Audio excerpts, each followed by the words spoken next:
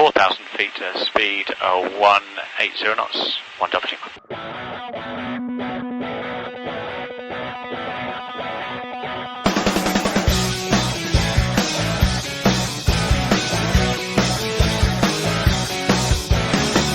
Welcome to this week's episode of Cockpits and Cocktails. Aubrey Warwick is an air transport pilot and the founder of the website Collecting Copilots. In a chat with flyGIRL Kelley and flyAlyssa, she discusses the importance of finding a work-life balance, what she did when she once found herself in a pay inequality situation, supporting your peers, aligning with the right people, and more. Here now is Aubrey Warwick talking to flyGIRL Kelley and flyAlyssa.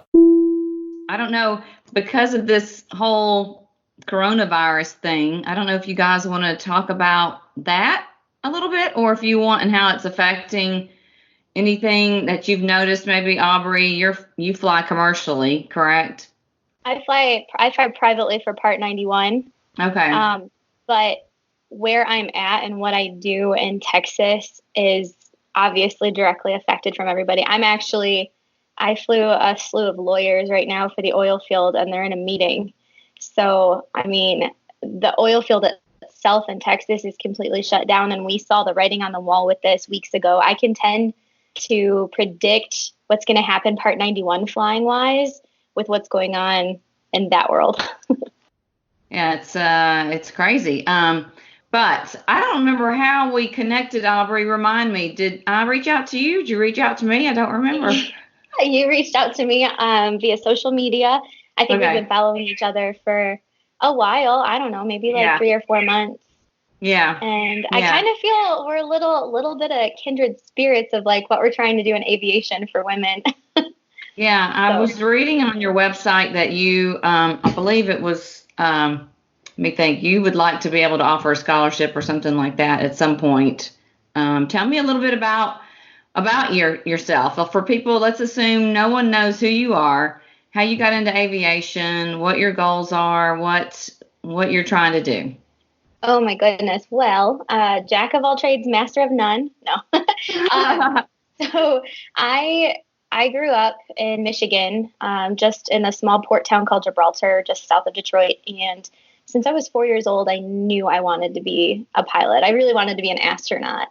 And as I grew up, there's no aviation in my family. I found out later that I did have a cousin that flew, and he took me flying. But the more that people told me no, it just fueled my fire. Like, well, why? It's super disappointing when you come to a career day, and this is back in, oh my gosh, I'm going to age myself right now, like back in the 90s. And they're like, what do you want to be when you grow up? And I'm like, well, I want to be a pilot. Oh, so you want to be a stewardess? And I'm like, well, politically and correctly, it's a flight attendant. But no, I want to, I didn't know the cockpit could tell between a male and a female. Yeah. And so it just kind of broke my spirits. But what kind of pushed me truly over the edge to truly pursue aviation in college was my mother, and the fact that she sat me down one day, broken spirits and all, and she said, Aubrey, you can't be anything you want to be when you grow up. And I'm just like, I'm sorry, what? Is this not what everybody, That's not tells what you children? Think your mom's going to say, right?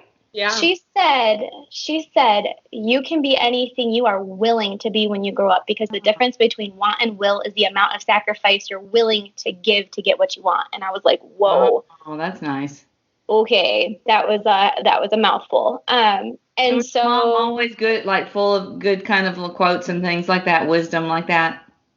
Always. I mean, she's always been a friend first and foremost, and she's always been my biggest cheerleader and my harshest critic, honestly. She raised 2 kids, and obviously my dad was in the picture and stuff, but he was really sick as I grew up, and he passed away a few years ago. But my sister's a firefighter medic in Detroit, and I'm out here flying, and I'm like, Mom, you did something right. And she's like, I'm just living my best life in Michigan. So, yeah. Anyway, so she really supported me through that, and it really did push me through college. I went to Eastern Michigan University. I got a bachelor's in aviation flight technology. I wanted to do military. I wanted to be the first female Blue Angel. I had all of these aspirations. Yeah. I still have yet to. Aviation program there at EMU? Yeah. So when I had started, I got into U of M, I got into Embry-Riddle, and the scholarships they were offering would not even pay for books at that point. Oh, wow. And I just so happened I got offered a cheerleading scholarship at Eastern, and it was like the beginning stages of this trial process of a flight program. And I was like, well, I'll be your guinea pig because that's the best of both worlds, you know? So, Yeah. and the program itself, the Eagle Flight Center at Ypsilanti at Willow Run, they've grown, they're leaps and bounds. They're very competitive with Western Michigan. I'm so proud of my alma mater for sure. I didn't know that's where they were located. I've been to that airport several times. And I've actually donated some things to that school. There's someone there at the Olivia, I think is her name, contacts me periodically when they're doing like silent auction things and ask if I'll donate anything. And I always do. I'm happy to do that if it helps raise money, but I had never really heard of it. Yeah, they're really big into, we started the Yankee Ladies, which was our women in aviation chapter there. The Yankee Air Museum, the school is really big into volunteering for. And then they had that horrendous fire a little while back. And so trying to just restore history, it was just detrimental for our school. And but yeah, so going through the university program, there was one other girl in my class, and she actually flies now I think she's a captain for Walmart now. But we're just so much in a pioneer stage. And I thought that back then. Fast forward 15 years, I have been flying, and we are still in a pioneer stage now. I mean, I'm sure you guys could attest to that in the aviation realm of women, So I started this website last year. I'll kind of fast forward. I'm jumping around a little bit. Oh, that was last year. Okay, that's not that long ago. Wow. Okay. Yeah, the 1 year anniversary for the website is actually in June. Yay. But I did aerial survey for the government to build time. I was not a flight instructor. I was assistant director of training for 121, 135 operation. So like right out of college, I actually didn't get to fly. And that was hard to take that step back.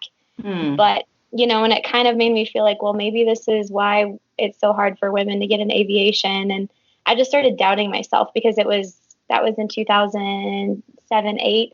And flying it was hard to get jobs back then. We're seeing this even with what's going on right now with the coronavirus. Like we're just seeing this constant cycles, and it affects us first. Everyone in flying and traveling, it gets affected initially before a downfall and a rise. Right. But anyway, so I did aerial survey for the government to build my time, and then my plane broke down in Longview, Texas. Here we go. 8 years ago. I wound up in Texas. Okay, I think I'm getting to the story here. Yeah. So, every 2 weeks they relocated us across the states, and January 2011 I got relocated to Longview. My little 172 model hated me. I called it the Red Rocket. It would not start. It hated the cold. Oh. Anyway, so I was the only girl, and to this day I'm still the only girl that is based in Longview at Gregg County Airport. But the pilot, you sit around and drink the free coffee and eat the free popcorn when you're going through your macaroni and cheese stages. Yeah. And these pilots were like, "You don't fly, you're 12 years old." I do. And well, long story short, they were like, "You should," they took me flying, and they saw that I actually could, kind of do it. So they were like, "You should move down here, and contract." And I'm like, contracting, I could get paid to fly like bigger stuff? That sounds great.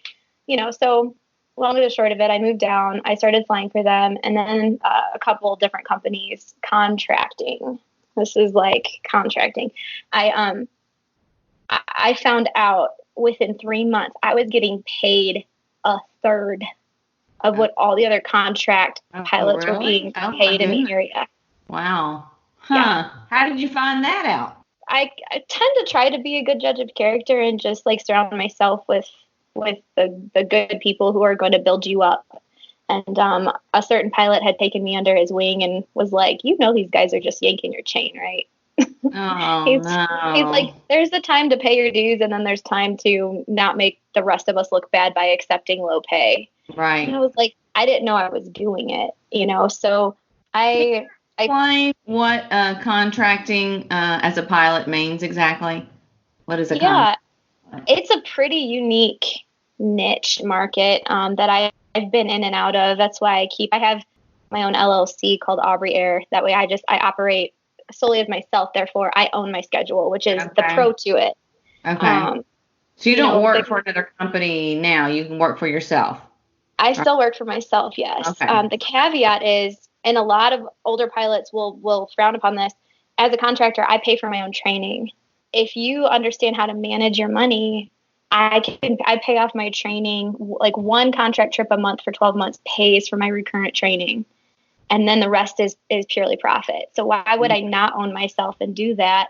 But so the realm of contracting is basically like you find whatever's in your area that's kind of your niche. So for example, in Texas, you'll find a lot of 500 series citations operated single pilot because it makes the overhead of everything cheaper. You find a lot of King Airs because there's short landing strips and ranches that people get in and out of, and you'll find other small things, Cirruses, peppered throughout there. So I figured out how to sit, right, seat, build time in the 500 series citation, and then instead of paying myself to go through initial, I built enough time to go through upgrade training, and it cut off so much more money going to a flight school like CAE to get that done. Yeah.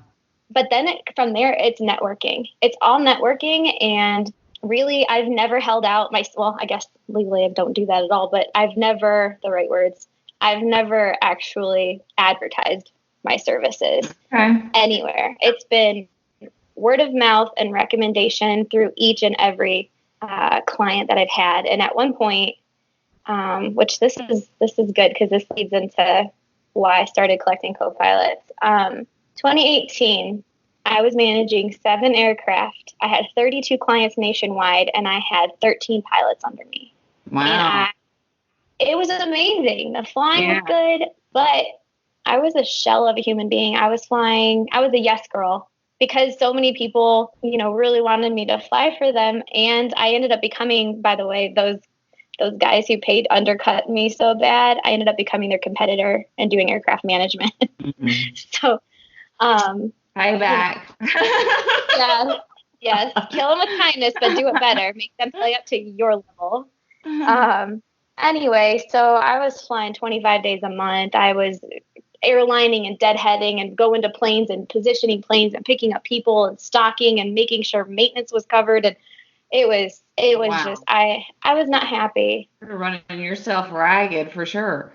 I really was. It became, for the first time in my life, aviation became a job. And while the money was great, and my husband was like, pay off the student loans, keep going. I was like, we don't even have a relationship right now. Like, we need to get back to the basics here. Yeah.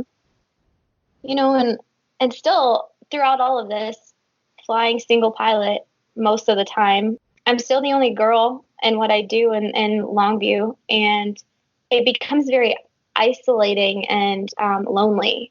And I found myself, even through aerial survey, like even back in my flying pup days, Googling, how do you do this lifestyle? How do you, how can you be a girl and how can you survive in this man's world without becoming like a super feminist or being taken the wrong way or being taken advantage of or being sexualized? There's all of these caveats and caps that come with doing what we do. And we women all the time, we are all the things all the time. Right.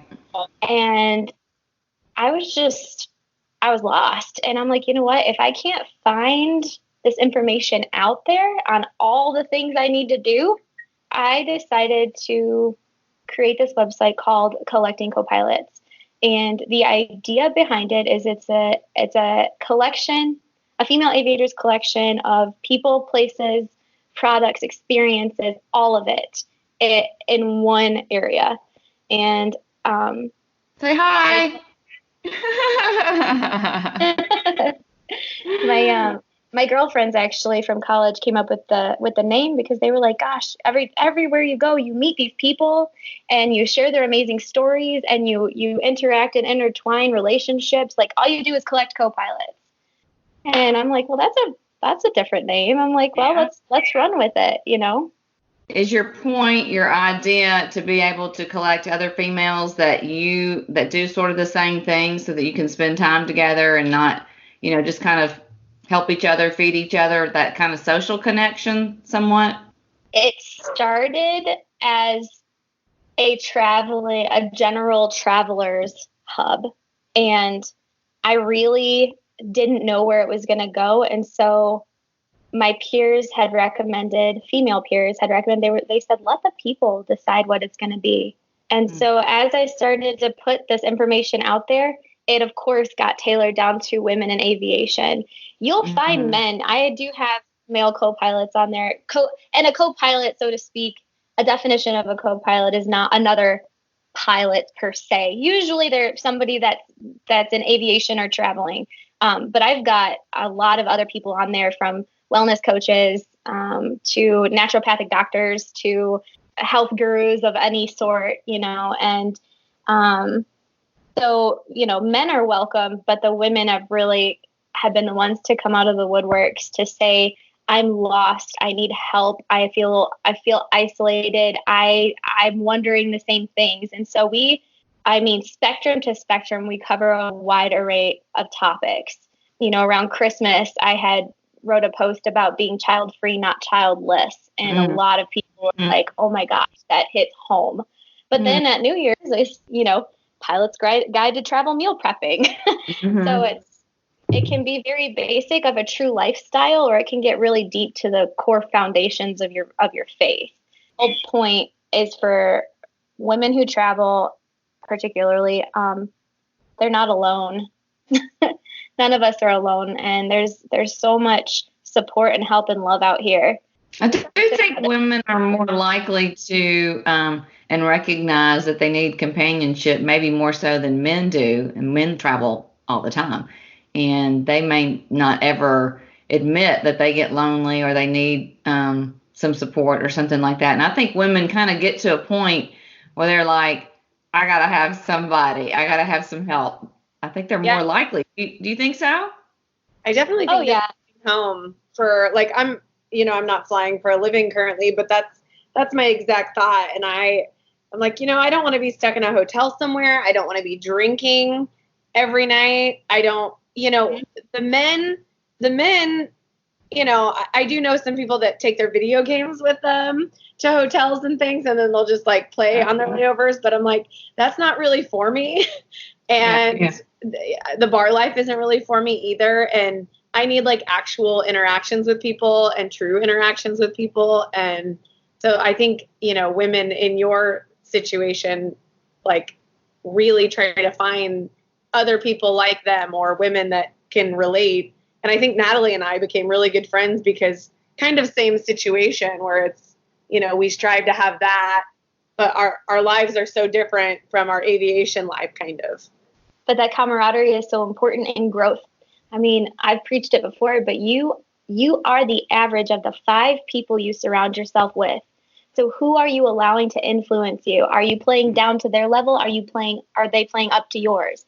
Who's growing you? And that is so important in aviation. I mean, in any industry, but for us, that point, what is it? 5%, between 3 and 5% of women, flying professionally in the world. That is a tiny, tiny niche. We had talked about doing a podcast actually on who you surround yourself with, because I do think that's really, really important. Those people can either motivate you and push you to do better, or they can try to bring you down and try to like stifle that. So that's so important. Yeah. Let me ask you, are you guys members of FAST? Yes. Female aviators sticking together. Yes. Did you go to the summit last year? No. Okay. Well, Amy reached out to me. Amy Allen is one of the head members, and she reached out to me about guest speaking at the summit in Denver this May for FAST. And she was like, what do you want to talk about? We've had makeup, and we've had, meal planning and prepping and just, all these different things to do on the road. And I was like, Amy, I want to go deeper than that. She's like, what do you want to talk about? I said, woman, period, pilot, period. We are women, we are pilot. And so I gave her a little excerpt of that, and she was like, don't stop, keep going. I was like, okay, good. This is, Yay. So I'm excited. Did you already give it, or is it coming up? Oh, no. It's coming up so fast. I think they just started. I had asked her before we went, we called each other if I could mention it. And they don't have a place yet, but I think they already said that it's going to be like Wednesday, May 15th, the week of like May 15th. It's a Wednesday in Denver. And it's also pending, everything going on right now. Yeah, because that would be right after the new Sun and Fun schedule. No. Yeah, right. And then this whole 8-week, what is it? The U.S. right now is on an 8-week hiatus from life, I guess. Freeze, hold, whatever. Yeah. Yeah. So if it does go, and when it does go, I'm hopeful. I will be there. I don't know who their keynote speaker is, but I will be one of the sub speakers later on in the day. And then I think we're going to do a mix and mingle. But it's a topic I'm ready to dive into because we women have been meeting each other through social media, and we have been building each other up, and we have these wonderful tools like Women in Aviation and your whole foundation with the scholarship and just FAST. There's all this greatness, and we're building each other up, but we are still in a dog eat dog world, and we get real quick to defend ourselves and tear each other down just as much as we build each other up. True. Where does that line? Yeah. Where do we define or establish that line, and how do we supersede those societal expectations as women in the cockpit? How do we handle sexual harassment? Let's talk about this, because we are so afraid to bring it up because we don't want to lose our jobs. We don't want to be disrespected. We don't want to be looked down upon by the general aviation public, which is 90% male. We have a lot of concerns, but we also have a double-edged sword. And we are women, and we can play that card, but we do have to be twice as good, if not 10 times better than the guy next to us, even the girl next to us, to continue to succeed. So we'll see. It's in the process. That sounds awesome. So where would you like for all of this to go? I mean, do you have like a big plan, or are you just kind of like seeing where it kind of unfolds and how it goes? Man plans and God laughs, and so he's kind of snickering at me right now. I had 3 goals last year when I launched Collecting Copilots. My first goal was to get the website to essentially just pay for itself, and anything extra was going to become a not-for-profit to create a scholarship of some sort. Okay, so number 1 was for it to pay for itself. Number 2 was a scholarship, and number 3, I am in the process of writing what started to be a devotional, and now it's turning into a book. And Nice. it's a book for travelers, yes. And so these are all beginning stages, and I've held all of these cards so close to my heart. But if I don't speak them out loud, and if I don't talk about them, then they might never come to fruition. And so my whole goal truly is I don't know where it's going to go. Mm-hmm. I'm letting it unfold. And if it just becomes strictly knowledge based, and I can share other people's, just be that platform for women, men, whoever, to share their story and realize that there's other people to connect with, to do this, to create this lifestyle. There is no book written in aviation on how to do this. How do you have kids, and how do you not have health insurance if you're a contract pilot? And how do you deal with a husband being so trustworthy of you being surrounded by dudes all day? There's just so many questions. And the best thing we can do is come together to answer them, and we will write the book. That sounds awesome. I'm ready to have my own copy right now. Well, thank you. Yeah, I think it's definitely needed in our world, and it has been untalked about for so long. And being in the pioneering stage still, it's like the women kind of paved the way for us back, years and years ago, but at the same time, we're still stuck in this female pilot huge yet, and I think it's right now is the turning point. So right now is the time to band together and not break each other down. So I think that's, let's stop competing against each other. Yeah. Yeah. Yeah, I think, and that's why I love social media. There is a fine line, though. There's a trick, like if you, and I'm sure you've seen it, you post selfies, and people love selfies. They respond well to selfies. It feels really weird to take a selfie and post it. It's kind of like, oh, this is so vain. And so, but people like it, but then people will either like it and respond positively or go the opposite direction and like criticize. So it's just difficult to develop that thick skin and just try to tie a motivational message into that without people thinking you're just trying to look good or sexy or show that you have this fabulous lifestyle. I mean, I'm always like, life is not fabulous all the time. Yeah, it looks like I travel all the time.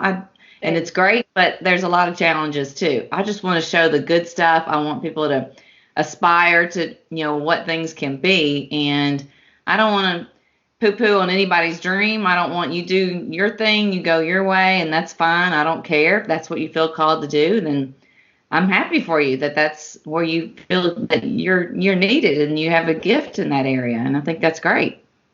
Yeah. Today would be a very good and prime example of that. I think I just did a post this morning. I haven't even looked at it, but I almost messaged you to call it off, to say, you know what, I am not feeling well. I've been up since 3. I'm exhausted. I just did 2 detrimental legs approaches down to minimums.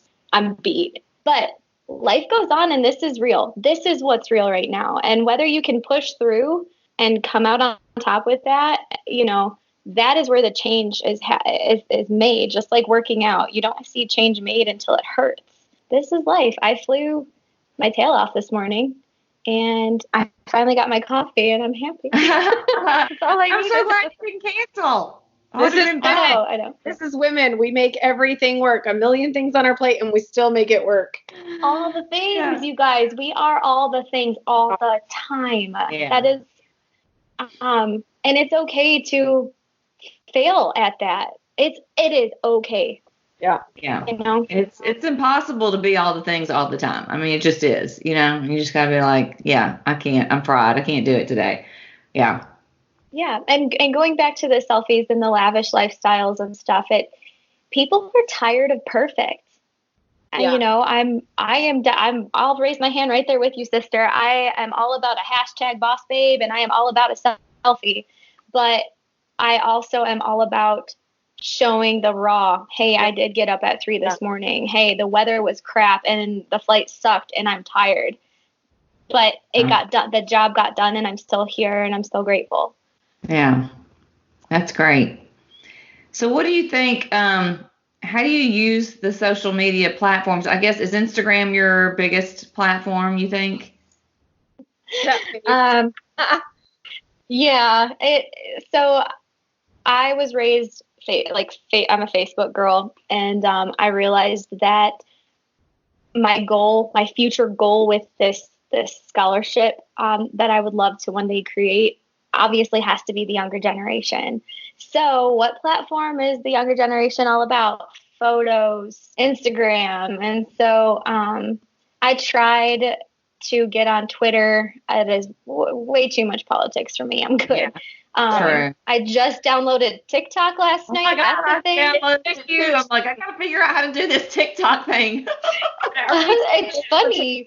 Yeah, I feel like right. A secret handshake, like without touching hands right now. We can just elbow shake.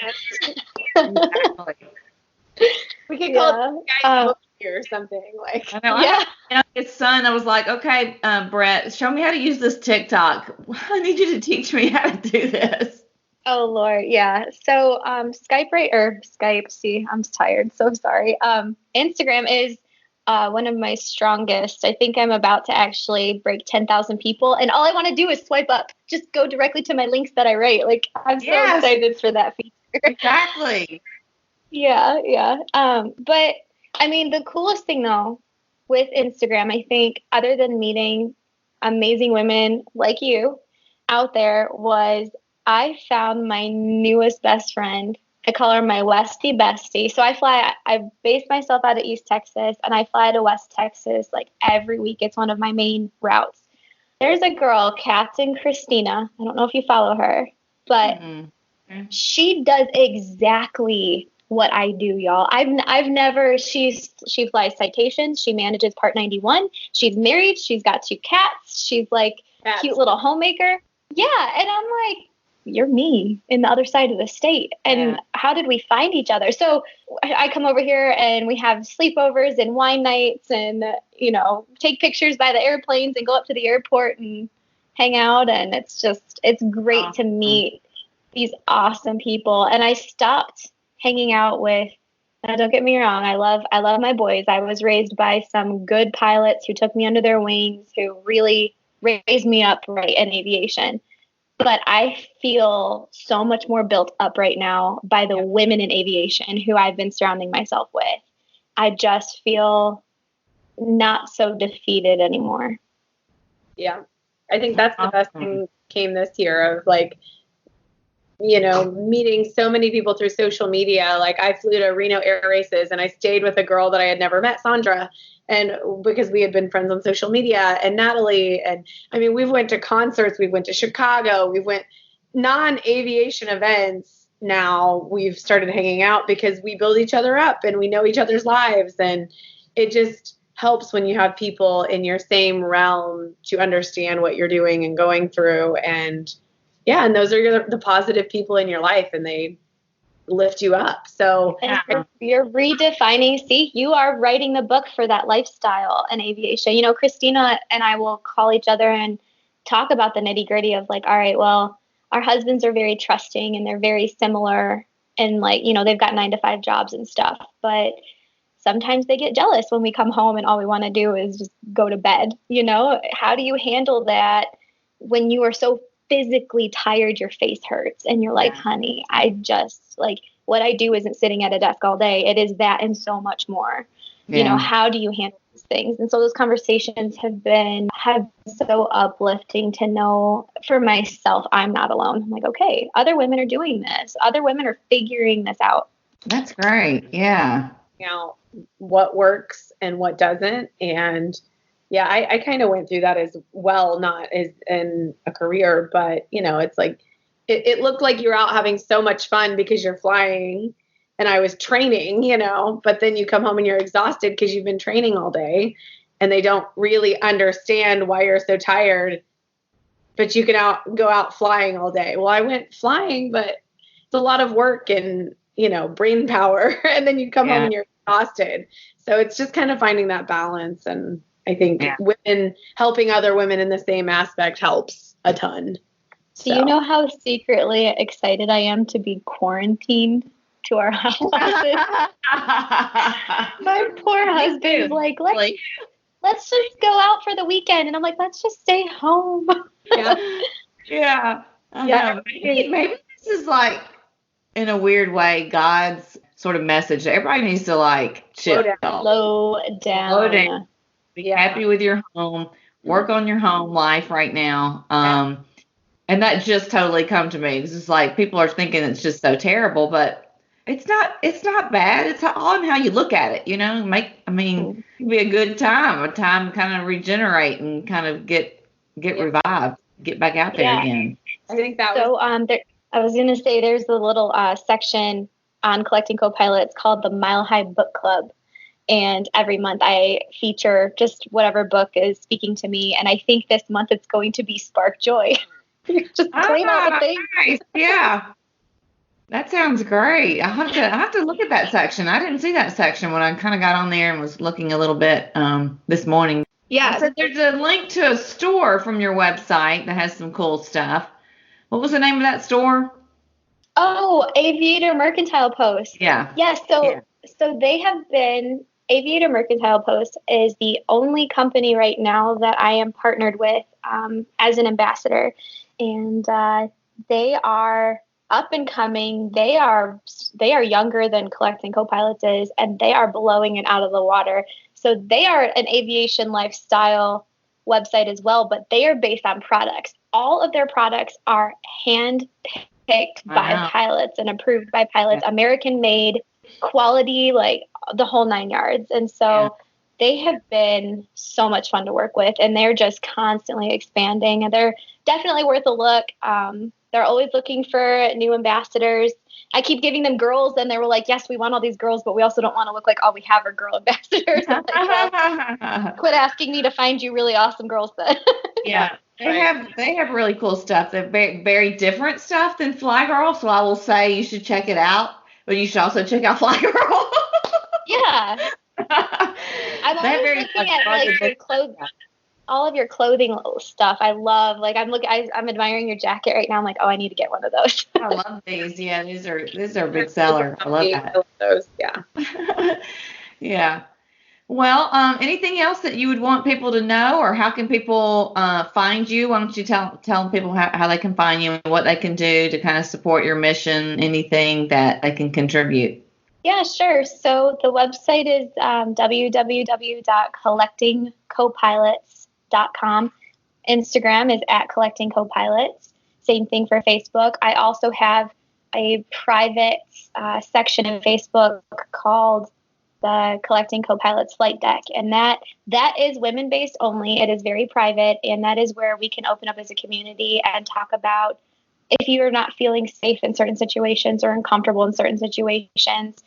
I get a lot of direct messages. You need anything at all. You have a question, aviation, lifestyle related, whether it's home in the flight deck, personally, emotionally, whatever it may be. If I can't help you immediately, I will research to find the answer for you. Just the biggest thing is that we are an amazing group of women, and we are not alone in this. We have every single one of us to work together. So find each other, band together, and let's truly start writing the book on how to do this crazy life we call aviation. Yeah. If you could add one more thing, I want to find out if you can just tell people, they may be like, how do you become a contract pilot? What's the process? What are the steps? Networking, 150%. Make yourself seen, make yourself known. Go sit at your local FBO, identify, see what kind of planes, if there's certain amounts of, types of planes that come in, talk to your local pilots hanging out. I mean, my favorite thing to do, I'm definitely a young FBO junkie. I like to hang out and meet all the pilots and passengers who come in. Just talk to people. And really, if you want to hear a love story, ask someone how they got into aviation. Mm-hmm.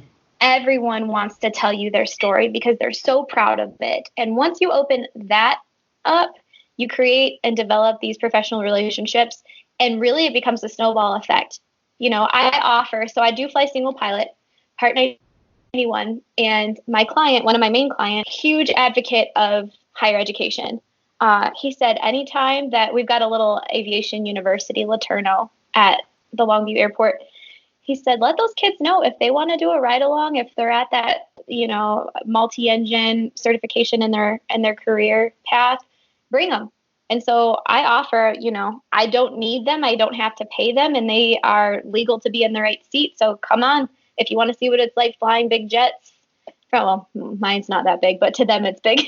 Flying right seat in a citation, come on. And, being willing to jump in with other pilots to learn their process is what will get you started in the contract realm. And then after you network in your area, the second step is to reach out to there are companies, Jet Pro Pilots was one that I was part of. But these companies, literally all they do, they're like headhunters for pilots. They will pair planes to pilots and pilots to planes all over the U.S. And then they airline these contractors out. Because Part 91 flying, not all aircraft owners fly enough to justify a full-time pilot. So they'll hire an aircraft manager, which is what I do. I manage these planes. And with that job also comes fulfilling their flight schedule. So if they have a flight pop up, I either fulfill it myself or I find somebody to hire. And I've got my personal pool of contractors that I call. I go down the list. I have the recommendations updated at all times. it's just kind of a self-management thing. Yeah. But I get a bunch of emails from MBAA. I don't know how I got on their contract pilot list, but I get these emails looking for a pilot to fly this or this. I get them all the time. We need help. Yeah, all of it. Yeah. Yeah.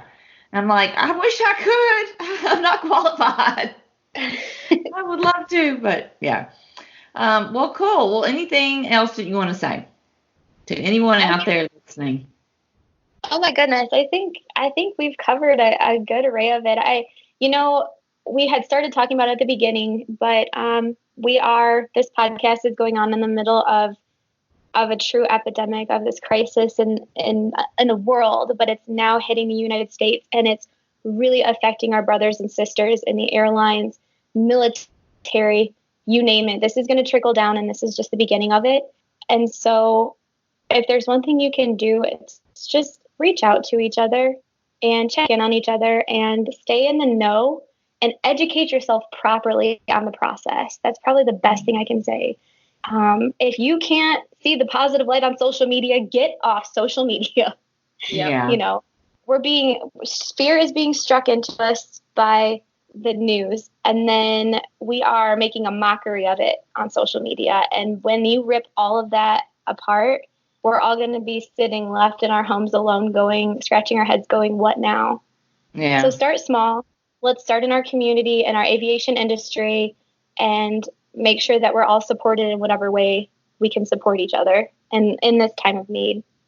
True. I do think it's going to be kind of devastating emotionally for a lot of pilots, because everything was so good for a while and everybody's feeling super secure and super like on top of the world, these pilots that have just gotten hired by airlines and things. And now it's like kind of unknown what's going to happen. And it's a little more. Don't be anxious. Just be ready. Their pilot shortage isn't going away. Furloughs are happening and pilots are slowing down and being laid off in what fashion. If you've been in aviation, for more than one cycle now, this is going to ramp back up, and it's going to come with a vengeance, and we're not going to know what to do with the flying opportunities. So stay ready. Stay ready, stay current, start working and focusing on aircraft management stuff, educate yourself on sales. It doesn't matter. Just nothing you can do, just do something if you're going to be grounded. Yeah, that's great. Great advice. Thank you, Aubrey. I really enjoyed chatting with you. I think you seem to fit in really well in Texas. I'm, coming from Michigan down to Texas. It must have been quite a transition, but you seem to fit in pretty well. You kind of have a little bit of a Southern Texas accent now, I think. Oh, do I? I don't know. I think where are you guys at right now? I'm in Cincinnati, but I'm from Nashville, Tennessee. Okay. Illinois. Okay, so we're all like Midwesterners. Yeah. Got you. Okay, well, yeah. I don't know why I have an accent. I think I just tend to talk to people how they're talking to me. Yeah. I can pick up on a little Michigan and a little bit of Texas every once in a while. So it's a good combo. Oh, good. As long as I'm not, I sometimes I joke around with my husband because he can get real. He's born and raised East Texas boy. And especially when he's around his family, he gets real Southern whiny, like, Mama. Yeah. Oh, and I pick on him for that. I'm like, I don't want to talk like that. Yeah, it happens when you're around it. That's for sure. Yeah. Well, you have more flights today? I do. Once their meeting is done, I'm actually going to go meet Captain Christina for lunch. And then brag on you guys, because I told her that I finally got to meet you, which is so awesome. We're going to grab lunch, and then hopefully this weather clears up and I can scoot on home. I got to drop off 2 stops, and then I'll be home for the night. So it'll be a pretty long day, but it'll be fine. We get to do what we love. That's all right. Yeah. Well, thanks. Let's keep in touch, and I appreciate you coming on and recording after your busy morning. I know it was a lot, so hopefully you can have some time to recoup a little bit before you get back. I'm ready for the cocktail part of this. The cockpits and college. Where's the cocktail? Yeah. I'm drinking lemon water, like vitamin C as much as I possibly can, Absolutely. Well, I hope you guys stay safe and healthy through all of this. And if I can do anything for you, just let me know. Thank you. Vice versa. let me know. All right. Sounds Bye, good. y'all. You've been listening to Cockpits and Cocktails with your hosts Natalie flyGIRL Kelley and Fly Alyssa. Subscribe wherever you get your podcasts and join us next time for a lively discussion on aviation, aerospace, the air travel industry, and all things flight related. Aerospace and the air travel industry. Let it go to my head, I should've let